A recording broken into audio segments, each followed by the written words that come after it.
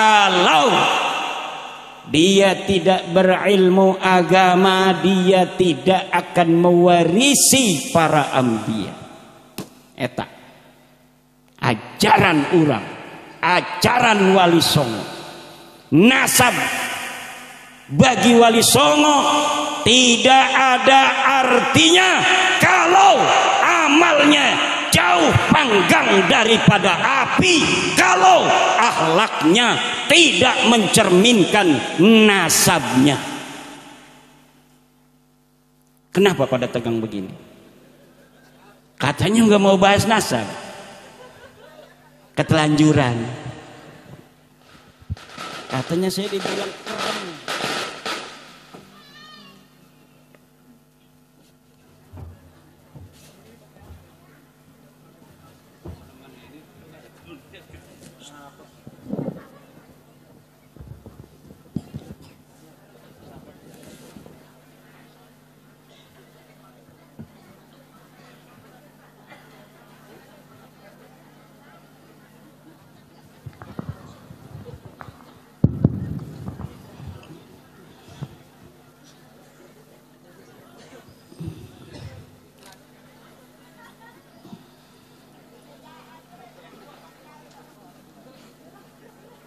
Assalamualaikum warahmatullahi wabarakatuh.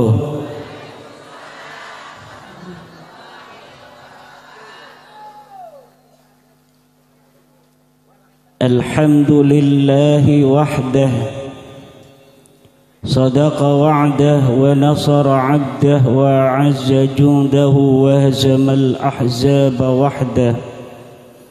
لا شريك له أشهد أن لا إله إلا الله وأشهد أن محمدا عبده ورسوله والصلاة والسلام على سيدنا محمد وعلى آله وأصحابه الطيبين الطاهرين. يا حي يا قيوم يا حنان يا منان يا ديان يا سلطان يا ذا الجلال والإكرام. أما بعد فيا أصحاب الفضيلة Hadaratil mukarramin, para kiai, para alim, para ulama, para ajengan, wabil khusus Rais Syuriah PCNU Kabupaten Cirebon, mata'anallah bituli hayati, beserta seluruh kesepuhan pimpinan pondok pesantren yang hadir. Dia dari Kabupaten Cirebon, Ketua PCNU yang berhalangan hadir, tetap kita hormatin biar NU di Kabupaten Cirebon makin mantap berjaya.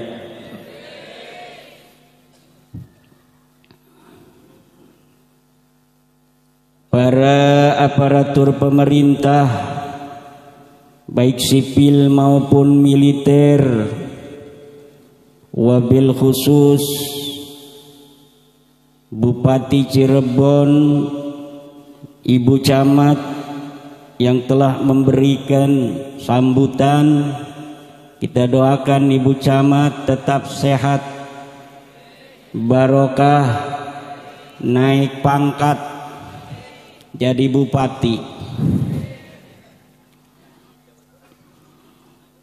Yang saya hormati Ketua Muslimat MWC NU Walid hadir. Mana muslimat? Coba muslimat angkat tangannya. Muslimat angkat tangannya. Lihat di tasnya muslimat ada balsemnya. Kalau patayat di tasnya ada minyak wangi. Kalau IPPNU di tasnya ada pulpen.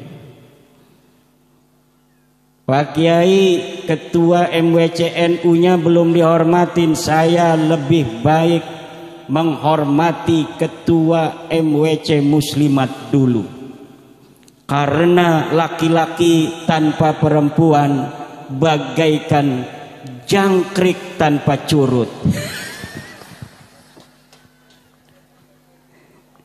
Nah, di sini rupanya Pak Tayat nih. Ini IPPNU yang jadi ini. Neng, nanti cari suami Banser aja. Banser ini barokah, anak turunannya 7 turunan, bahkan sampai kiamat kita doakan jadi anak yang soleh, tinggi derajatnya, bansernya banyak duit, banyak rizki, soleh, husnul khotimah. Ya Rabbal.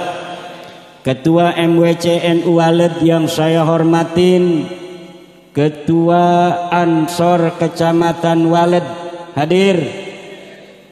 Bapak Kuwu alhamdulillah hadir juga, baik dari Kuwu desa ini maupun desa sebelah.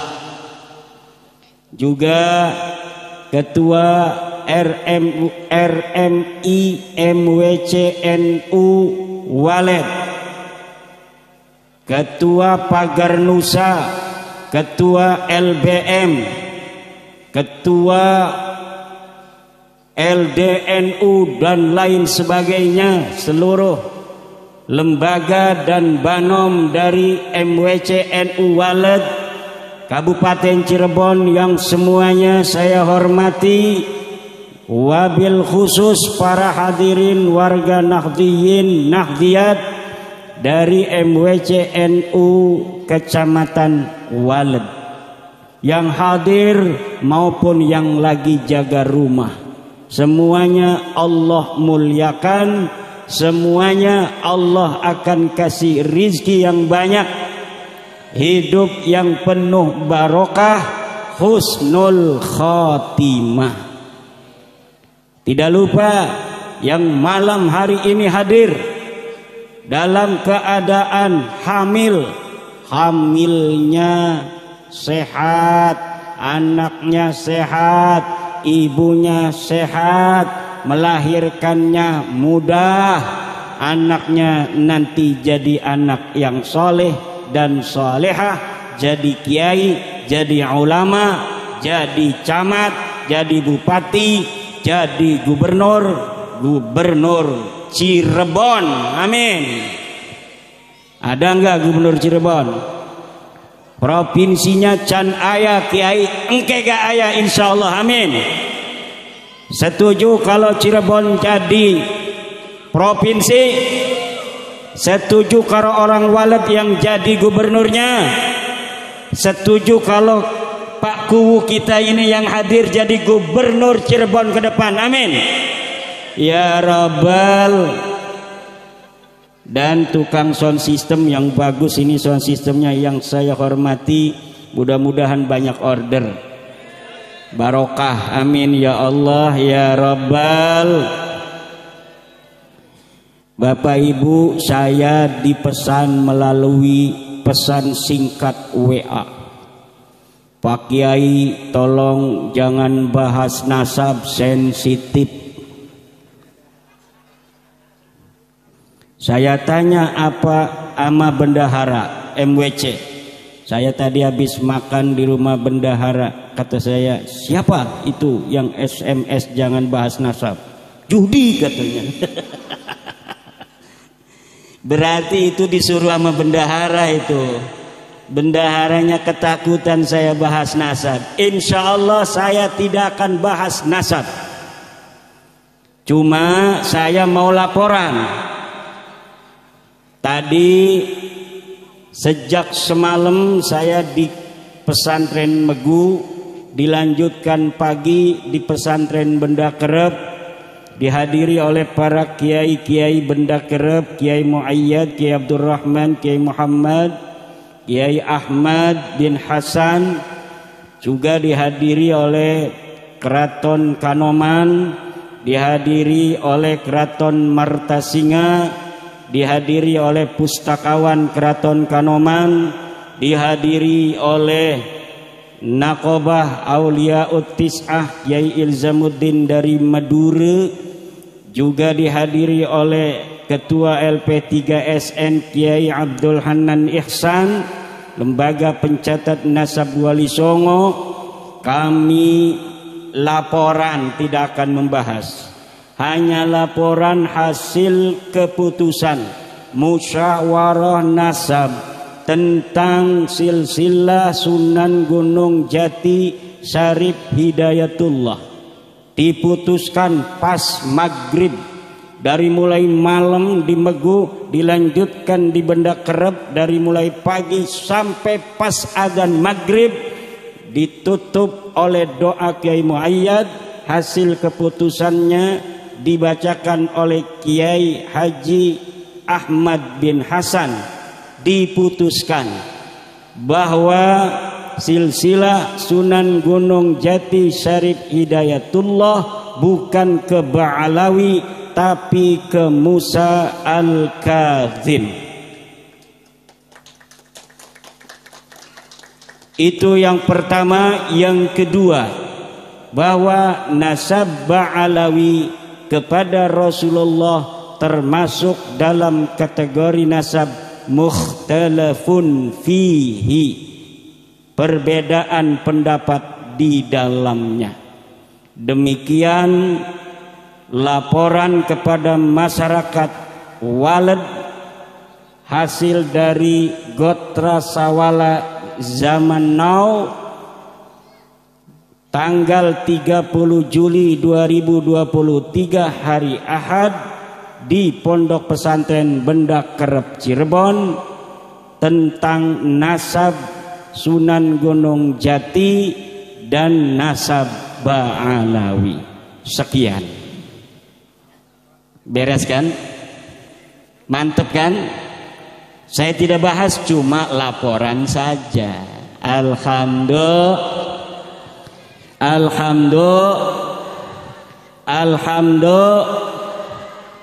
Ibu, Bu,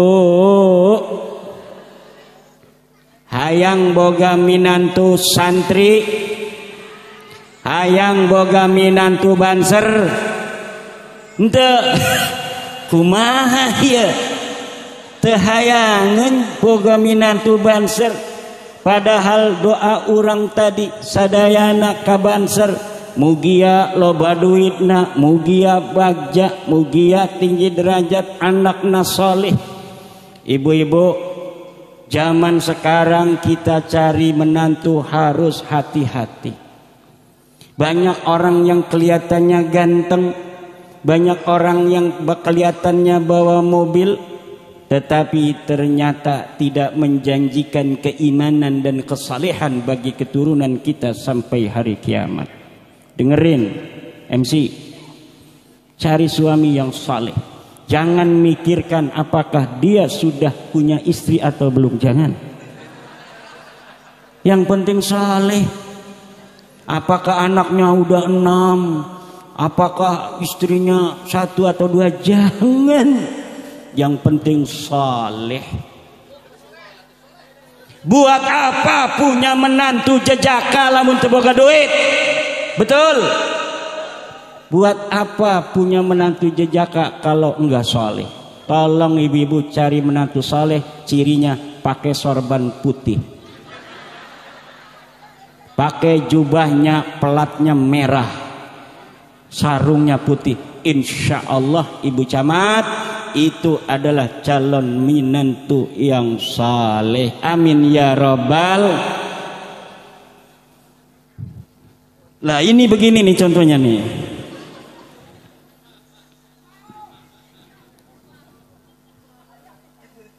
Kalau kita berbicara tentang Muharram, kita tidak akan lari dari membicarakan tentang hijrah.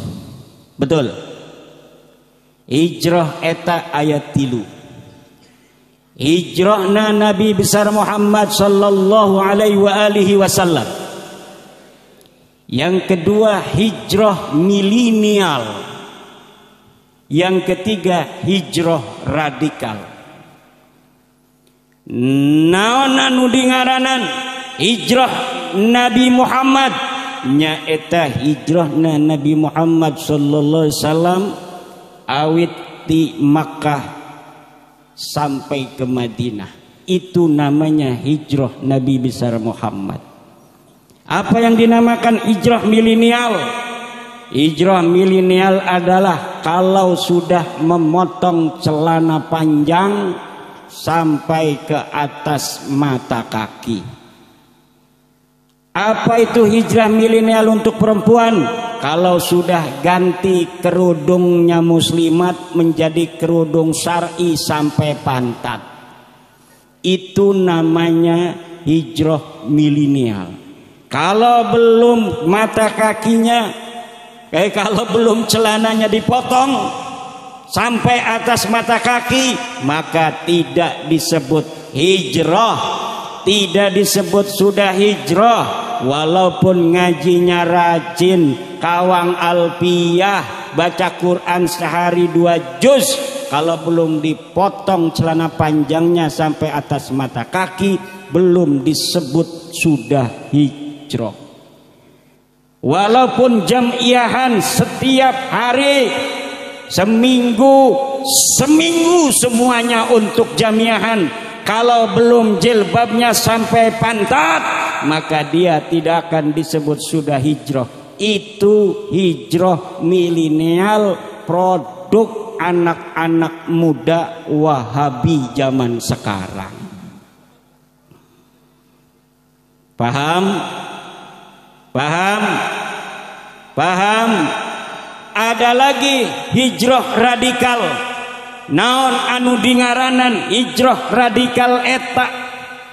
Hijrah radikalnya eta hijrahna jelma-jelma yang mengatakan kalau masih mempercayai NKRI sebagai negara, Pancasila sebagai dasar negara, Undang-Undang Dasar 45 sebagai konstitusinya, maka dia belum disebut hijrah.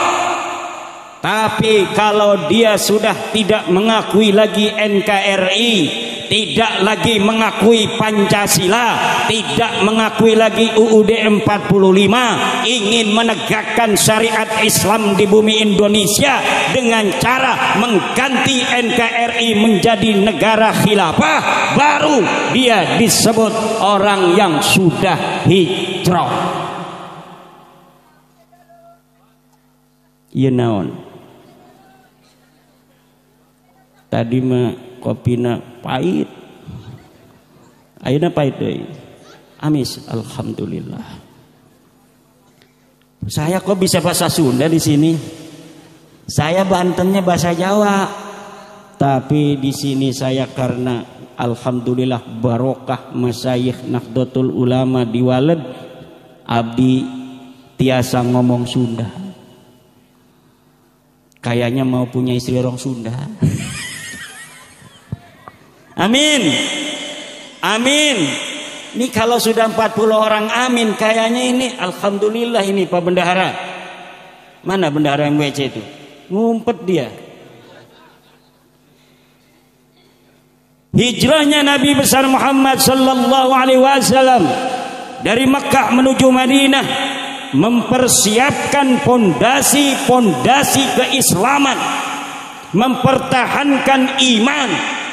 Pertama kali datang membangun masjid. Setelah membangun masjid baru membuat rumah. Setelah membuat rumah mengajarkan agama dakwah di Madinah. Ini pula pola cara para kiai membuat pondok pesantren. Kalau kiai bikin pondok pesantren, jangan bikin pondok dulu, jangan bikin rumah dulu, tapi bikinnya masjid dulu. Datang ke tempat baru, ada tanah kosong mau bikin pesantren, naon anu dibikin dulu? Yang dibikin adalah masjid. Setelah masjid, rumah, jangan pondok dulu, karena pondok perlu untuk ditongkrongin, pondok perlu untuk dianggremin. Tempat nganggremnya dulu dibikin, yaitu rumah, baru pondok pesantrennya. Ada orang bikin pondok pesantren di tempat baru, pondok, masjid, rumahnya di luar. Ini seperti ayam telur tapi nggak dianggremin. Makanya saya tidak terlalu senang kalau ada orang datang ngundang ceramah. Karena tugas saya mengajar pondok pesantren. Sudah 2017 saya tidak nerima undangan ceramah. Sejak kelas 2 aliyah saya diundang ceramah. Disebut kiai cilik. Sampai punya pondok pesantren 2002 masih ceramah. Sampai 2017 kadang-kadang masih nerima ceramah. Tapi 2017 tidak nerima ceramah kecuali santri nikahan.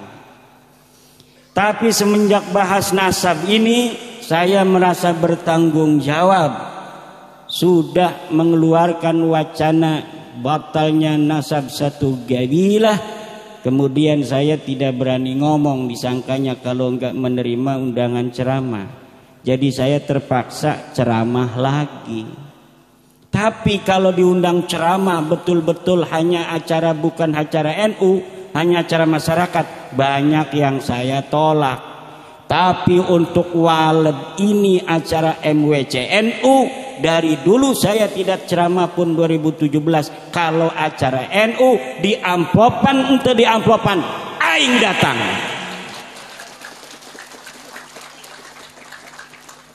Kata bendahara, nah amplopnya dibuat lagi buat banser aja.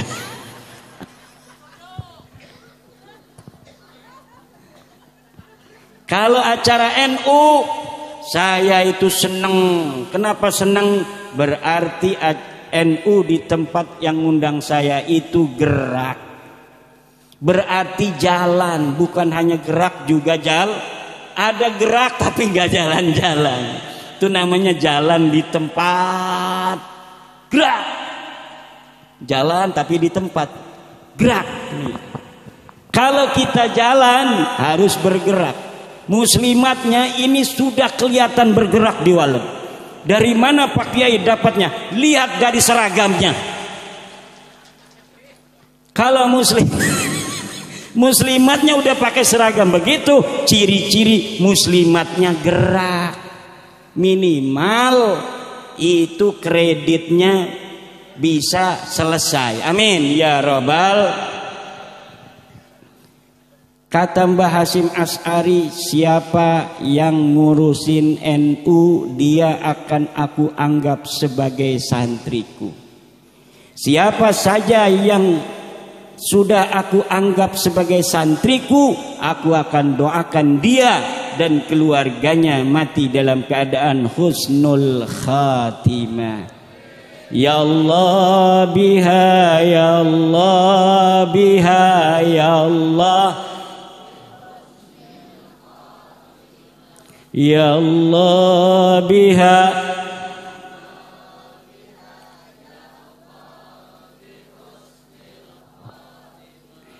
ya Allah biha, ya Allah biha, ya Allah bi husnil khatimah. Ya Allah biha, ya Allah biha, ya Allah bi husnil khatimah.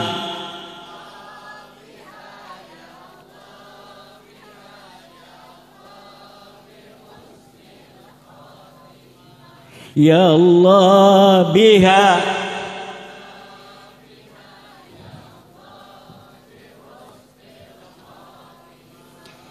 orang yang banyak amalnya, sholatnya banyak, puasa sunnahnya kuat, tapi kalau nggak dapat husnul khatimah sia-sia belaka. Banser Yang kadang-kadang lagi tugas, yang lain sholat, dia jagain orang sholat. Dianya enggak sholat. Kadang-kadang. Tapi kalau dapat husnul khatimah, itulah kebahagiaan yang sempurna. Maka para kiai, para ulama kita, satu doa yang tiada pernah ditinggalkan setiap saat, setiap waktu, yaitu doa husnul.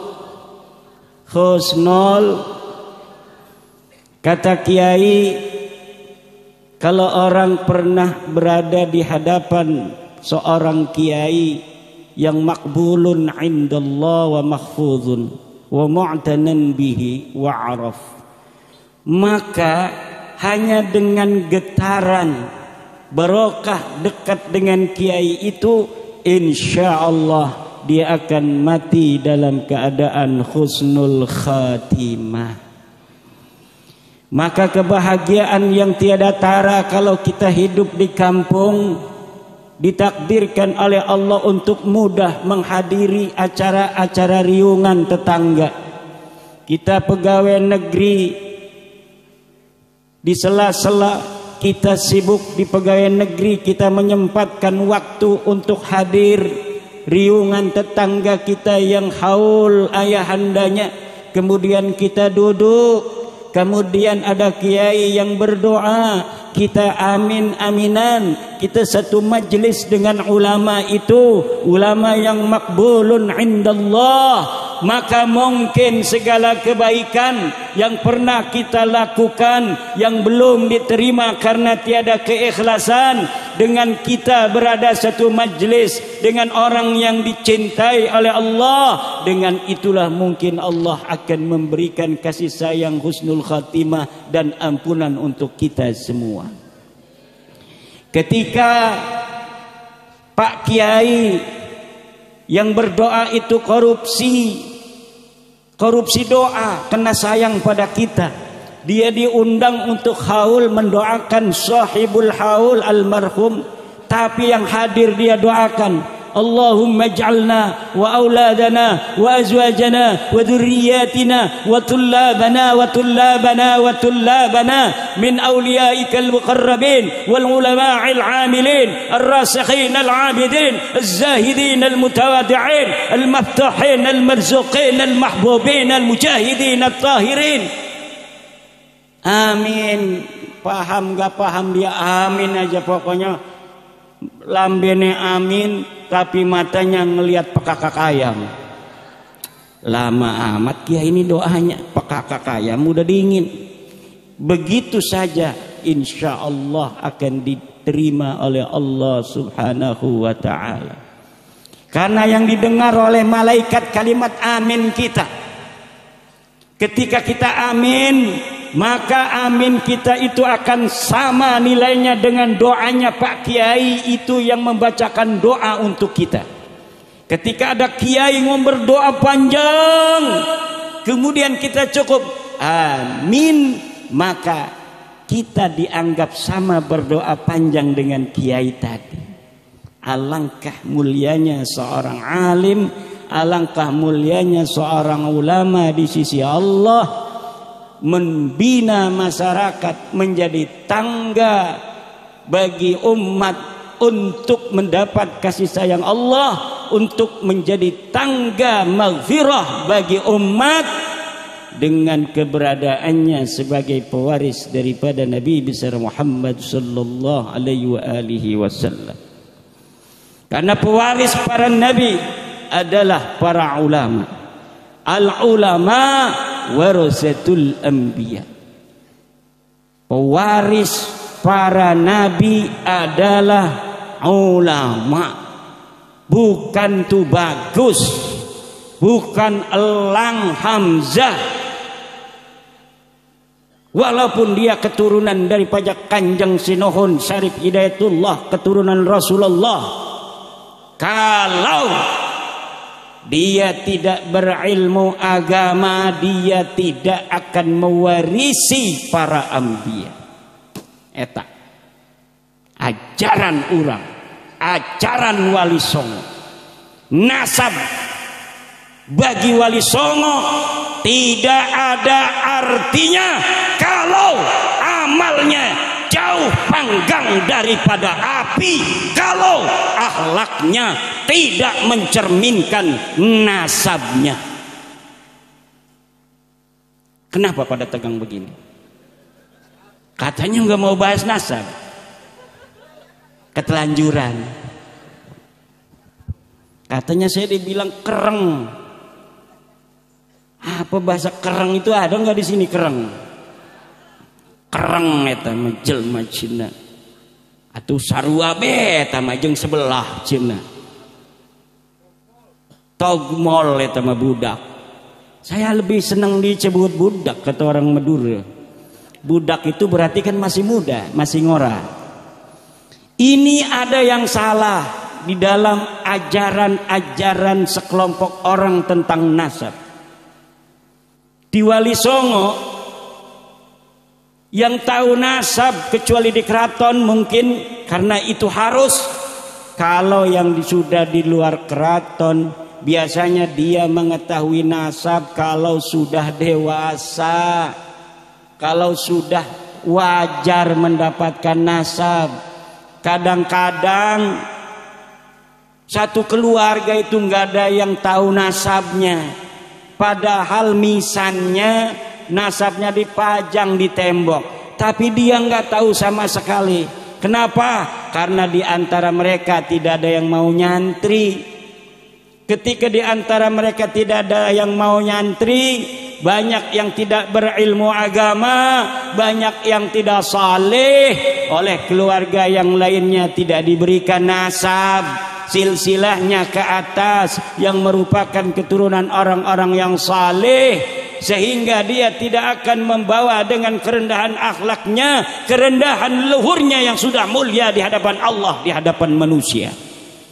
Tapi jika nasab sejak bayi sudah diberitahu kepada anak kita, hei engkau adalah seorang Habib, hei engkau adalah seorang Sayyid, hei engkau adalah seorang Syarif, engkau adalah seorang Elang, engkau adalah seorang Raden, engkau adalah seorang Tubagus. Kalau dia nanti sudah besar tidak bisa baca Fatihah acan, kumaha eta? Atau nanti dia jualan cilok, Raden beli cilok. Atau engke ge lamun manehna geus jadi gubernur Cirebon kayak Jenderal Dudung, dia baru tahu kalau dia keturunan Sunan Gunung Jati setelah jadi legend. Setelah dia jadi legend, dia mengaku di hadapan publik, saya keturunan Sunan Gunung Jati. Manis ente? Manis. Nggak malu-maluin Sunan Gunung Jati. Keturunannya jadi jenderal. Kalau jadi banser, masih banser jangan dulu. Kalau sudah naik jadi rayon, apa yang komandan rayon ya? Komandan rayon lah. Itu baru boleh. Tapi kalau masih anggota biasa jangan. Kalau sudah jadi komandan rayon boleh mengaku keturunan Sunan Gunung Jati Syarif Hidayatullah atau keturunan Buyut Kuwu Sangkan. Ini Pak Kuwu, ini bukan lagi keturunan Buyut Kuwu Sangkan, ini Pak Kuwu, ini dianya bisa menurunkan kebanggaan bahwa saya keturunan Kuwu. Makanya kita dalam nasab jangan kita berbangga-bangga saya menjadi keturunan Sunan Gunung Jati, tapi yang harus kita upayakan bagaimana kita menjadi Sunan Gunung Jati untuk masa kita hari ini. Tepuk tangan.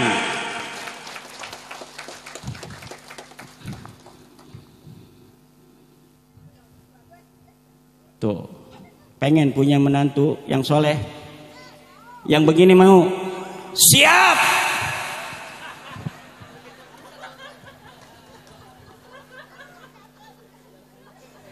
Alhamdulillah, menang Kang Raden. Ini oh ya lupa, ini ada teman saya sahabat yang tadi juga ikut dalam pembahasan nasab, Kang Raden Widyo Aji Nata Negara, Kang Tubagus Nur Fadil, Kang Raden Hamzah, juga KRT Fakih Bira Hadidingrat dan lain sebagainya. Tadi kita membahas panjang sekali, baik yang pertamanya mulanya masih belum setuju, atau yang beberapa sudah setuju, sampai semuanya tadi sampai maghrib setuju semua. Alhamdulillah, karena dulu ada pembelokan silsilah yang dilakukan oleh Belanda, dan alhamdulillah ini sudah dicari manuskrip-manuskripnya. Tadi masing-masing ada yang bawa sekardus kitab, ada yang bawa manuskrip yang udah mau bulukan, yang satu bawa fotokopinya karena kalau aslinya itu dibawa maka akan robek. Alhamdulillah telah ditemukan titik terang bagi orang yang paling berjasa di tanah Cirebon ini, Kanjeng Sunan Gunung Jati Syarif Hidayatullah. Silsilahnya sudah seperti seharusnya yang dimiliki oleh beliau sampai baginda Nabi besar Muhammad sallallahu alaihi wasallam.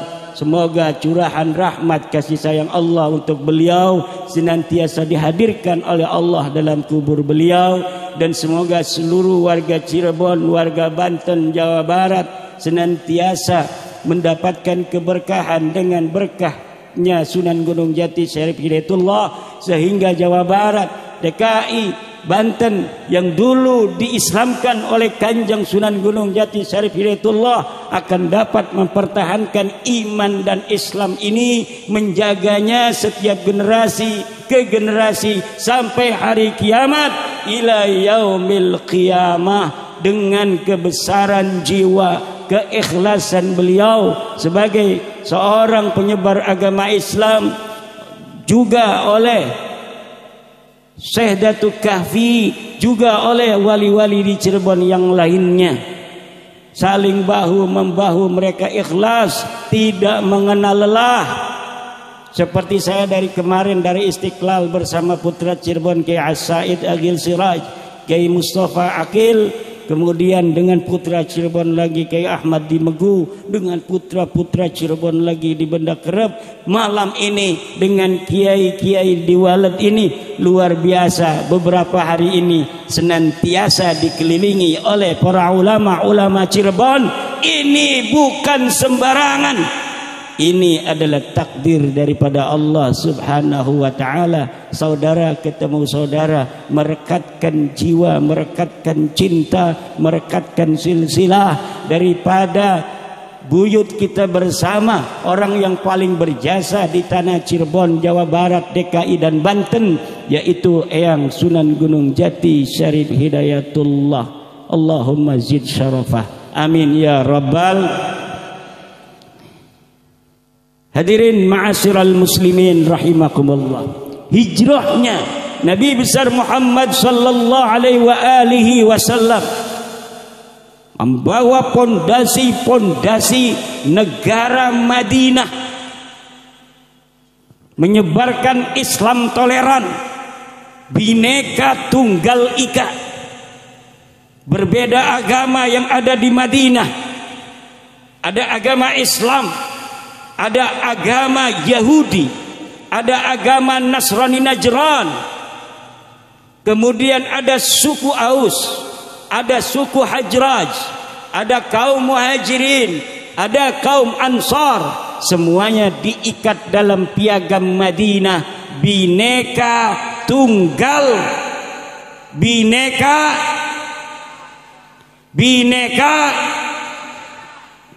Jadi Bhinneka Tunggal Ika itu sehakikinya sudah ada sejak zaman baginda Nabi besar Muhammad. Indonesia berbeda-beda agama, berbeda-beda suku. Dari 270 juta penduduk Indonesia, 87%-nya adalah Islam. Kemudian yang lainnya dibagi menjadi Kristen, Protestan, Kristen, Katolik, Konghucu, Buddha, Hindu, kepercayaan lainnya diikat oleh Pancasila. Islam yang ada di Indonesia, Islam rahmatan lil alamin, yang menjaga daripada agama-agama minoritas. Apabila Islam yang ada di suatu negeri sama seperti Islamnya Indonesia, maka yang mayoritas itu akan menaungi, menyayangi, melindungi agama-agama yang minoritas. Tetapi jika Islam yang dikembangkan di suatu negara bukanlah seperti Islam Indonesia, bukan seperti Islam Wali Songo, bukan seperti Islam Nusantara, maka yang terjadi adalah pertikaian, minoritas menjadi korban, mayoritas merasa lebih hebat segala-galanya, menguasai, dan yang minoritas tidak dijamin, tidak dilindungi hak-haknya. Tapi Indonesia ini, Islam yang dikembangkan oleh Sunan Gunung Jati Syarif Hidayatullah, oleh Mbah Maulana Malik Ibrahim, oleh Sunan Ampel, oleh Sunan Bonang, Sunan Giri, Sunan Derajat, Sunan Muria, Sunan Kudus, Sunan Kalijaga, semuanya adalah Islam yang rahmatan lil alamin. Islam yang menjaga harkat martabat manusia, walaupun mereka masih berbeda agama, walaupun dia berbeda suku dengan kita. Kita adalah Indonesia, takdir kebangsaan kita berasal dari berbagai macam suku bangsa. Orang Cirebon sendiri bahasanya ada yang Sunda, betul, ada yang Jawa, ada yang tidak bisa bahasa Jawa, bahasa Sunda, bahasanya letter B, bahasa Indonesia, betul. Ada Aceh, ada Medan, ada Minang, ada Jambi, ada Riau, ada Bengkulu, ada Lampung, ada Kalimantan, ada Dayak di sana, ada Banjar, ada Sambas, ada Sulawesi, ada Mandar, ada Makassar, ada Bugis, ada Maluku, ada Ternate di sana dan lain sebagainya. Ada Papua di sana, ada Nusa Tenggara, ada Bali, ada Madura, ada Jawa, ada Walet. Semuanya berbeda-beda budaya, peradaban yang terbangun mengelilinginya pun berbeda-beda, tetapi dapat disatukan oleh Indonesia. Jangan sampai Indonesia ini sampai kembali terpecah-pecah seperti dahulu kala. Saya tidak bosan-bosan dalam setiap majelis bahwa kita memang dulu punya sejarah. Kita punya kerajaan-kerajaan yang otonom, puluhan kerajaan di Nusantara. Tetapi setiap suksesi kadangkala harus memakan korban manusia. Ada darah yang mengalir, ada pertumpahan darah, ada peperangan di sana. Tetapi ketika kita sudah menjadi ber-Indonesia, mulai dari pemilihan umum secara langsung kepala daerah, belum pernah ada pertumpahan darah. Yang ada hanya pertumpahan amplop. Sudah dilarang juga susah. Walaupun ada pertumpahan amplop, undang-undangnya tidak boleh ada money politik, betul. Tapi calon lebih hebat dari undang-undang. Punya aja caranya bagaimana dia bisa mengasih. Dan sengaja ibu-ibunya juga kalau malam takbiran mau pemilihan umum besoknya, pintunya nggak dikunci, nggak tidur dia sampai jam 3. Kapan ini serangan fajar ini? Kata calonnya namanya serangan fajar ya ba'da subuh, ini kan masih malam. Tetapi kalaupun ada kelemahan-kelemahan demokrasi seperti itu, kalau dibandingkan zaman Gajah Mada, zaman Ken Arok rahimahullah, zaman dulu, zamannya Raden Wijaya, zamannya Brawijaya, zaman Raja-Raja Mataram, Raja Banten, Raja Cirebon, ada saja ketika suksesi itu intrik-intrik dan pertumpahan darah. Sekarang Indonesia, wahai calon mertuaku, tidak ada itu semua, dan kita nyaman menjadi Indonesia, betul. Mau acara Muharraman nyaman, nggak ada yang nyuruh-nyuruh berhenti. Jangan diadakan acara Muharraman, tidak ada dari tentara, tidak ada dari polsek. Yang dimasalahkan bukan muharramnya, tetapi yang dimasalahkan cuma penceramahnya. Daripada tidak kondusif, lebih baik dibatalkan kalau yang ceramahnya Kiai Haji Imaduddin Usman Al-Bantani. Wih. Lama penceramah yang teriak-teriak nggak ada ilmunya, memecah belah bangsa, menjauhkan ulama dan kaum muslimin, menjauhkan kaum muslimin dengan Nahdlatul Ulama, menjauhkan kaum muslimin dengan pemerintahnya. Kok tidak dilarang? Kok saya yang pengurus daripada Nahdlatul Ulama mau ceramah di MWC NU Walen, mau ketemu dengan banser-banser calon-calon gubernur Cirebon, kok dilarang? Aneh ini Ibu Camat. Itu kira-kira yang ngebel Ibu Camat apa Kapolsek itu? Hadirin ma'asyiral muslimin rahimakumullah.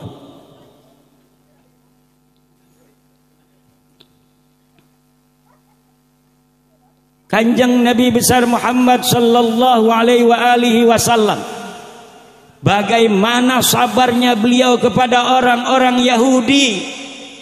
Nabi sudah tahu, diberitakan di dalam Al-Quran bahwa orang Yahudi itu gadur, orang Yahudi tukang bohong, orang Yahudi suka mengingkari janji. Tapi ketika orang Yahudi ingin mengadakan perjanjian dengan Rasul sabar nerima lagi. Kemudian orang Yahudi mengingkari janji lagi. Ketika diikat perjanjian, kalau saya perang bersama orang-orang musyrik Mekah, maka wahai orang-orang Yahudi Madinah, nanti kalian apakah akan bersamaku atau kalian akan bersama musyrik Mekah? Kata Yahudi Madinah, aku akan bersamamu wahai Muhammad. Tapi ketika peperangan itu pun terjadi, saudara, orang-orang Yahudi ketika apel bersama sebelum perang hadir, tegap dia berdiri, dihitung dia ikut berhitung. Tapi ketika Rasulullah sudah di depan memimpin pasukan, Yahudi tidak mau ada di belakang Rasulullah. Katanya, saya di belakang menjaga kaum muslimin agar aman dan tentram. Ternyata ketika kaum muslimin sudah berbaris panjang, jauh jaraknya dia dengan Rasulullah yang sudah ada di depan, orang Yahudi ini berbalik dan pulang ke rumahnya masing-masing. Dia tidak ikut berperang bersama Rasulullah Muhammad sallallahu alaihi wasallam. Dari dulu zaman Nabi Musa, orang Yahudi tidak mau berperang bersama Nabi Musa. Di zaman Nabi Isa, mereka berkhianat kepada Nabi Isa. Di zaman Nabi Muhammad, mereka berkhianat kepada Nabi Muhammad. Di zaman pewaris-pewaris Nabi Muhammad, orang-orang Yahudi gemarnya adalah berkhianat kepada pewaris-pewaris daripada Rasulullah Nabi Muhammad sallallahu alaihi wasallam. Dan ini akan terus terjadi wahai banser-banserku. pelindung-pelindung Kiai NU akan terjadi sampai kiamat, sampai tegas di mana pasukan Mahdi dan di mana pasukan Dajjal. Kita akan berada di pasukan Al-Mahdi, mereka akan berada di pasukan Dajjal. Mereka katakan surga, padahal itu adalah neraka. Mereka katakan kebenaran, padahal itu adalah kebatilan. Mereka katakan itu adalah yang hak, tetapi itu adalah kepalsuan. Itulah Dajjal, itulah Yahudi. Dan kita harus hati-hati kaum muslimin, jangan sampai tertipu oleh propaganda kepalsuan Yahudi. Bagaimana caranya agar kita selamat dari kepalsuan Yahudi? Jangan sampai jauh dari ulama-ulama kampung kita. Dia yang ngajarin matan takrib jamiahan di musola kita. Dia yang ngajarin Fathul Mu'in di masjid kita. Itulah para pewaris Nabi Muhammad sallallahu alaihi wasallam yang memiliki wirasah, ilmunya baginda Nabi. Kalau ada yang muskil dari kita akan agama ini, tanyakan kepada mereka yang ada di kampung kita, yang mengajarkan matan takrib, yang mengajarkan Fathul Mu'in, yang menjadi kiai kampung, yang menjadi pimpinan tahlil, yang menjadi imam musola kita, yang menjadi ketua MWCNU, yang menjadi rais syuriah MWCNU, apalagi rais PCNU.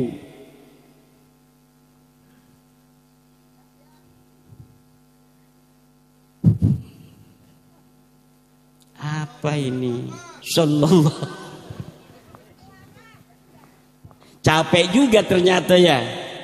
Banser udah ganti 3 kali, saya belum berhenti nih. Allahumma sholli ala Sayyidina Muhammad. Makanya saya tidak bosan-bosan. Saya ini banser. Saya sudah latihan banser di Pondok Pesantren As-Siddiqiyah di Jakarta. Saya tahu banser itu bagaimana kekuatannya. Bukan hanya zahir, bukan hanya merangkang, bukan hanya di sawah glesor-glesor nggak ada kerjaan, kayak lele aja. Bukan, tapi dia juga diberikan ilmu-ilmu batin oleh para kiai. Jam 12 malam dia embun-embunannya ditiup oleh kiai. Hassantukum bil hayyil qayyumil ladzi la yamut wa dafa'tu ankum su'a bila haula wala quwwata illa billah. Innama yuridullahu liyudhiba ankumur rijsa ahlal bait wa litahhirukum tathhira dan sebagainya. Jangan sembarangan nama banser. Pestol mah lewat. Pestolnya lewat.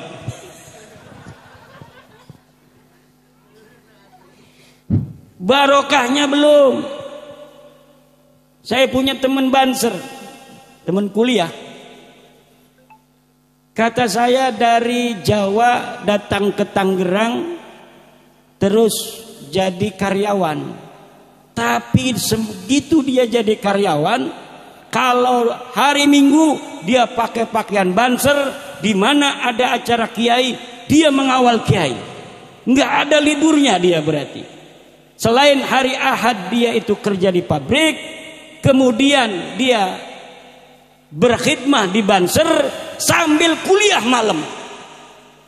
Jadi dia kerja di pabrik, kemudian dia jadi banser, kalau ada acara banser dia aktif, kemudian dia sambil kuliah malam. Luar biasa. Sekarang sudah jadi sarjana hukum dan jadi salah seorang calon legislatif Partai Nasdem. Barokah itu. Kok PKB ke Nasdem? PKB mau Nasdem mau PDI, kata PBNU sama saja. Kata Gus Ketum begitu. Jadi bagaimana untuk politik? NU tidak ikut-ikutan politik. kata Gus Ketum kita. Kita ikuti. Lalu bagaimana 2024? Secara lembaga pasti NU tidak akan memberikan instruksi secara lembaga, tapi secara sir nanti akan terasa datang ke ketua atau ke Rais PCNU secara sir. Kemana aja ngomong Rais Surya PCNU, berarti itu dari Rais Surya PWNU. Kalau dari Rais Surya PWNU secara sir, itu berarti dari Rais Am PBNU. Itu kita sebagai warga NU, kita tidak berpolitik, NU tidak berpolitik, tapi jangan macam-macam, kita tentukan sikap dulu sebelum Rais Am sirnya memberikan sir kepada Rais PWNU, memberikan sir kepada Rais Surya PCNU, memberikan sir kepada Rais Surya MWCNU, memberikan sir kepada Rais Surya Ranting NU, lalu berbisik dari hati ke hati. Ini sebenarnya yang diinginkan oleh Rais Am. Begitu kita ber-NU. Kedengaran Ansor? Ansor, kedengaran tidak? Amin ya robbal. Ngerti meren? Ngerti meren? Guys, itu bae masalah politik mbak. Urang mah, guys, nungguan sirna Rais Ambae. Di mana itu nungguna? Di Rais Ranting NU. Berarti orang nyaho kudu kamana eta engke orang 2020 opa. Hadirin kaum muslimin rahimakumullah. Karena malam hari ini sudah larut, mungkin sampai di sini saja ya. Terus aing can istirahat ya.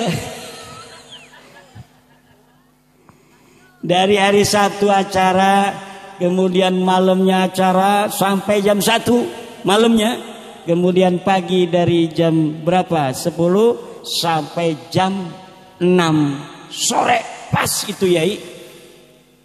Didoakan oleh Yai Muayyad itu pas bedug maghrib. Allah. Jadi luar biasa barokahnya perjalanan ini, dan saya diterima di saudara-saudara saya di Walid malam hari ini adalah kebahagiaan yang sangat luar biasa. Saya doakan kaum muslimin warga NU di Kecamatan Walid, ketua MWCNU-nya, raisnya, bendaharanya, Allah kasih keberkahan. Semuanya Allah kasih keberkahan. Kita yang hadir di sini Allah kasih keberkahan. Allah tinggikan derajatnya ya Allah. Apabila dari kita hari ini ada yang sakit, malam hari ini ada yang datang membawa penyakit, maka insya Allah kita keluar pulang dari acara ini penyakitnya sudah diangkat semuanya oleh Allah Subhanahu wa ta'ala. Kalau ada masalah kita datang kemari masih membawa masalah, kita pulang ke rumah masing-masing, masalahnya itu akan Allah selesaikan, amin ya rabbal alamin. Kalau kita datang masih membawa hutang, kalau kita pulang insya Allah hutangnya akan lunas jika dibayar. Amin ya rabbal. Wallahu huwal muwaffiqu ila aqwami thariqin. Wassalamualaikum warahmatullahi wabarakatuh.